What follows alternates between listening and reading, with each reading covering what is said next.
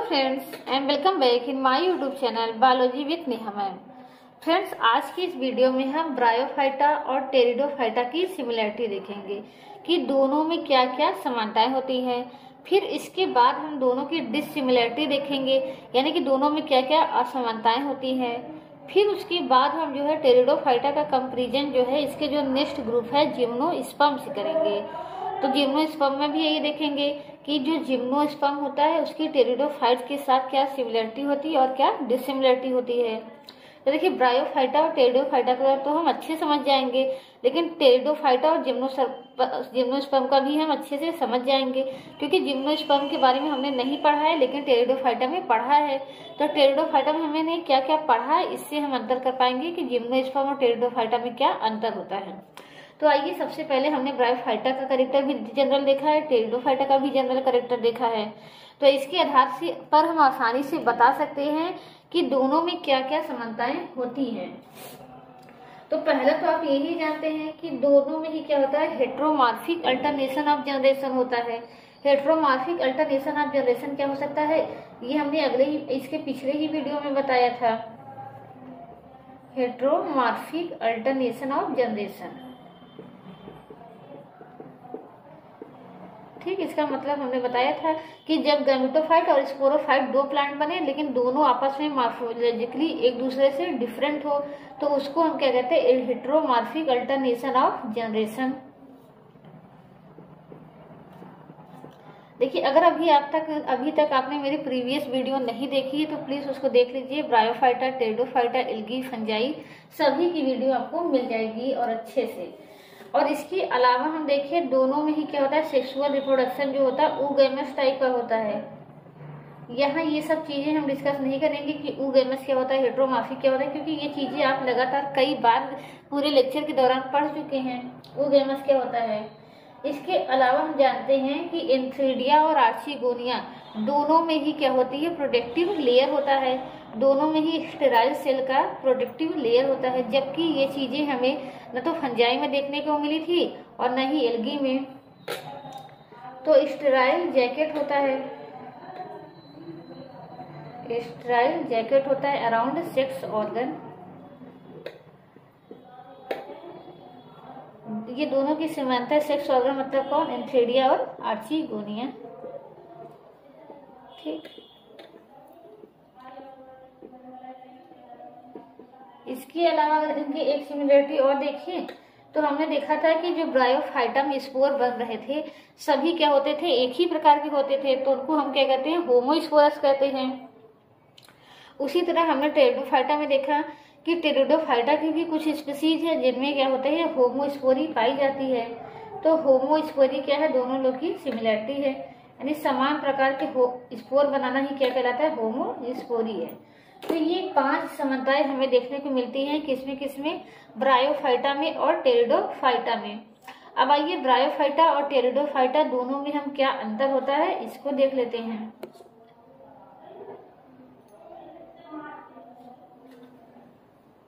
एक अंतर आपका ये रह गया कि वाटर क्या होता है, इसेंशियल होता है। Water is essential, water is essential for fertilisation.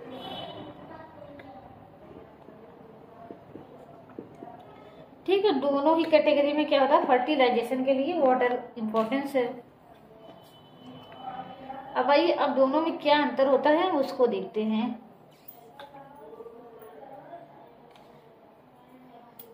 तो देखिए, पहला तो अंतर यही होता है कि ब्रायोफाइटा में जो मेन प्लांट बॉडी होती है वो कैसा होता है, गैमेटोफाइट होता है।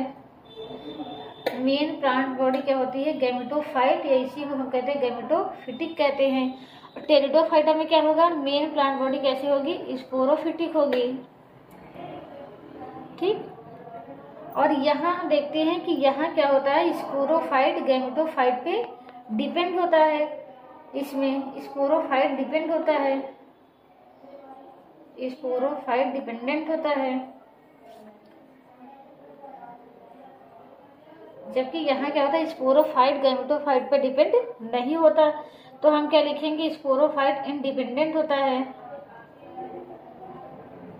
स्पोरोफाइट इंडिपेंडेंट होता है।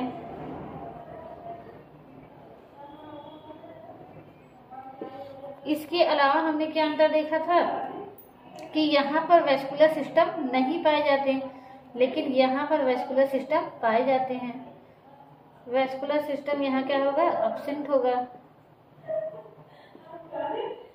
यहाँ क्या होगा, प्रेजेंट होगा।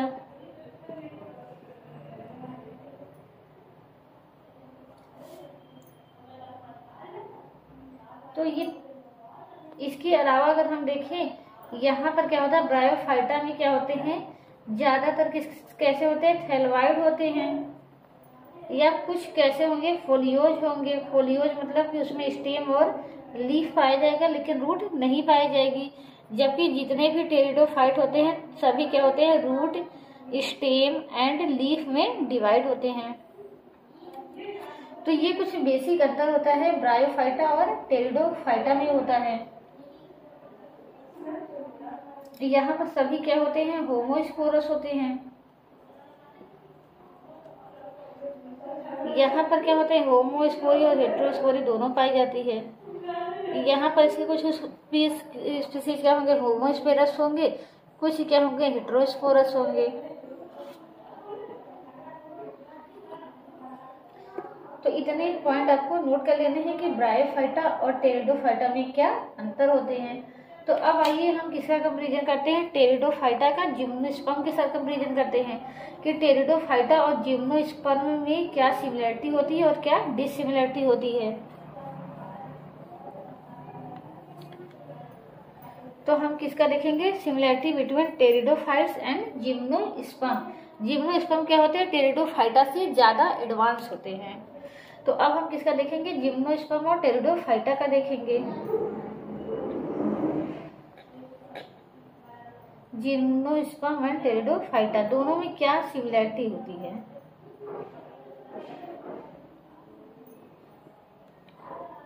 ठीक,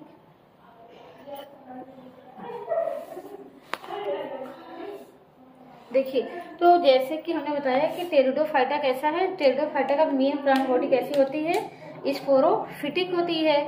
ऐसे ही जो है वो जिम्नोस्पर्म की मेन प्लांट बॉडी भी स्पोरोफिटिक होती है, क्योंकि अब शुरुआत स्पोरोफाइट का हो गया। पहले गैमेटोफाइट से बना था, स्पोरोफाइट बना। अब टेरिडोफाइटा भी स्पोरोफिटिक होता है, जिम्नोस्पर्म भी स्पोरोफिटिक होता है और एंजियोस्पर्म भी स्पोरोफिटिक होते हैं। तो ये दोनों क्या होंगे, स्पोरोफिटिक होंगे। मेन प्लांट बॉडी क्या होगी, स्पोरोफिटिक होगी। ये जो स्पोरोफाइट बनेगा वो क्या होगा, इंडिपेंडेंट होगा।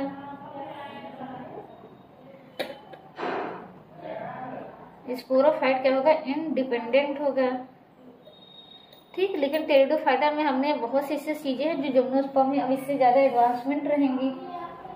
और दोनों ही हम देखते हैं, चाहे वो जिम्नोस्पर्म हो और चाहे ये वो, दोनों ही क्या होते हैं, वेस्कुलर बंडल पाए जाते हैं। इसमें भी पाए जाएंगे, इसमें भी पाए जाएंगे।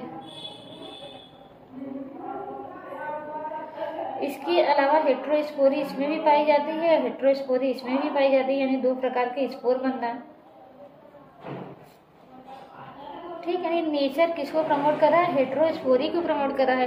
पहले क्या होता था, केवल होमोस्पोर बनते थे, फिर उसके बाद क्या हुआ, टेरिडोफाइटा में होमोस्पोर और हेट्रोस्पोर दोनों बनते हैं। लेकिन हम जिम्नोस्पर्म जब देखेंगे तो जिम्नोस्पर्म कैसे होते हैं, उनमें केवल हेट्रोस्पोरी ही होता है, यानी हमेशा दो प्रकार के स्पोर बनेंगे। और हमने देखा जिम्नोस्पर्म और यहाँ स्पोरोफाइट दोनों में ही क्या होते हैं, जो स्पोरोफाइट प्लांट होता है, जो स्पोरोफाइट प्लांट होता है वो डिफरेंशिएट होता है रूट, स्टेम और लीफ में।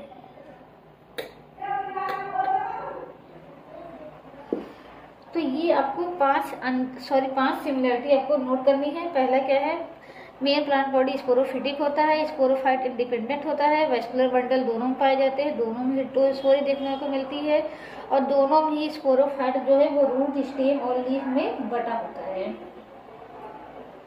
तो अब हम क्या देखेंगे, इसके बाद अंतर देखते हैं कि जिम्नोस्पर्म और टेरिडोफाइटा में क्या अंतर होता है।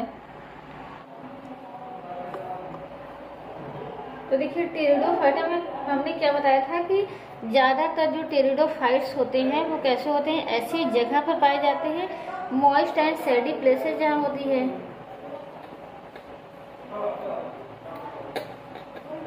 टेरिडोफाइट और जिम्नोस्पर्म, ये मॉइस्ट एंड सैडी प्लेसेस में पाए जाते हैं,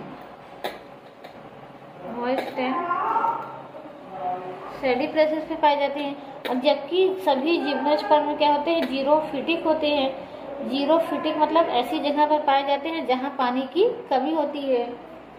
दूसरा अगर अंतर देखिए तो जो टेरिडोफाइट्स होते हैं उनमें टैप रूट क्या होती है, बनती है लेकिन कुछ ही समय बाद नष्ट हो जाती है। इनमें क्या होती है, एडवेंशियस रूट पाई जाती है, एडवेंटिशियस रूट पाई जाती है। जबकि यहाँ पर क्या होता है, केवल टैप रूट पाया जाता है। ठीक, टैप रूट आगे चल करके एंजियोस्पर्म में ही पाया जाएगा।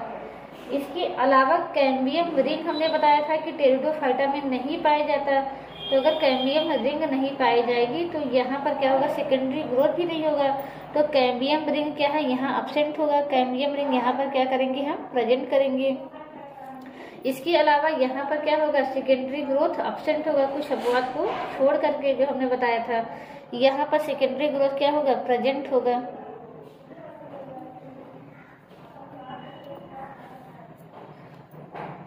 यहाँ पर हमने देखा था कि गैमेटोफाइट क्या होता था, इंडिपेंडेंट होता था। टेरिडोफाइटा में हमने क्या देखा, स्पोरोफाइट भी इंडिपेंडेंट है और गैमेटोफाइट भी इंडिपेंडेंट है। तो यहाँ गैमेटोफाइट क्या है, इंडिपेंडेंट है। गैमेटोफाइट क्या होता है, इंडिपेंडेंट होता है, इंडिपेंडेंट होता है। अब यहाँ पर क्या हो जाएगा कि गैमेटोफाइट जो है वो स्पोरोफाइट पे डिपेंड हो जाएगा। तो आप देख रहे हैं किस तरह से लाइफ साइकिल चल रही है। अब क्या होने लगेगा कि ये जो गैमेटोफाइट है वो स्पोरोफाइट पे डिपेंड हो जाएगा। Gametophyte depend on sporophyte, gametophyte depend on sporophyte. देखिए, तो अभी तक हमने फंजाई भी पढ़ लिया, एल्गी भी पढ़ लिया, ब्रायोफाइटा, टेरिडोफाइटा, एंजियोस्पर्म और जिम्नोस्पर्म।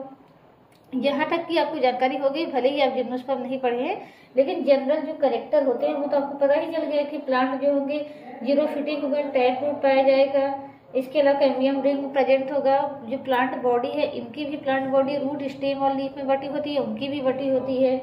अंतर क्या होती है, अंतर भी आपको पता चल गया। इसके अलावा एक अंतर और ही होता है कि यहाँ पर क्या होते हैं कि पॉलन ग्रेन नहीं बनता। यहाँ पर क्या होते हैं, पॉलन ग्रेन बनने लगते हैं। अभी तक क्या होता है, यहाँ पर तक पॉलन ग्रेन नहीं बनता, यहाँ पॉलन ग्रेन बनने लगते हैं। इसके अलावा यहाँ हमने देखा है कि नेक कैनाल सेल पाए जाते हैं, जबकि नेक कैनाल सेल यहाँ क्या होते हैं, अब्सेंट होते हैं। एक सेल तो होगा लेकिन नेक कैनाल सेल नहीं होगी। तो इतने अंतर किसमें होते हैं, टेरिडोफाइटा में और जिम्नोस्पर्म में इतने अंतर होते हैं। तो अभी तक हमने फंजाई पढ़ा, ब्रायोफाइटा पढ़ा, जिम्नोस्पर्म तक की जानकारी हमें हो गई। तो अगर सबके बारे में एक एक अंतर याद रखना है कि फंजाई जो है एल्गी से कैसे अलग है, या एल्गी ब्रायोफाइटा से कैसे अलग है, ब्रायोफाइटा टेरिडोफाइटा से अलग है, तो आप इस तरीके से याद कर सकते हैं कि जो फंजाई और एल्गी होती है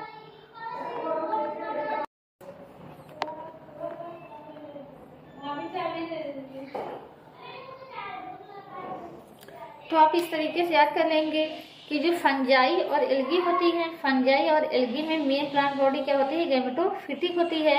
स्पोरोफाइट के रूप में क्या पाया जाता है, केवल जाइगोट पाया जाता है। फिर उसके बाद आता है ब्रायोफाइटा आता है। यहाँ पर ब्रायोफाइटा में क्या होता है, मेन प्लांट बॉडी जो होती है वो गैमेटोफिटिक ही होती है, लेकिन यहाँ पर स्पोरोफाइट भी कैसा बनने लगता है, मल्टी सेलुलर बनने लगता है।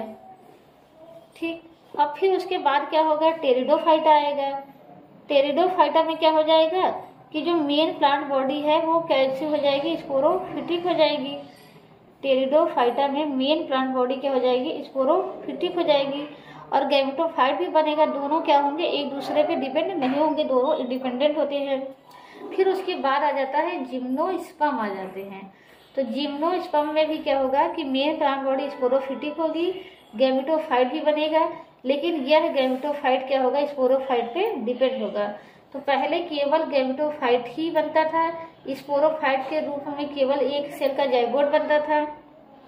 फिर क्या हुआ, गैमेटोफाइट और स्पोरोफाइट दोनों बनने लगे, फिर स्पोरोफाइट डोमिनेंट होने लगा।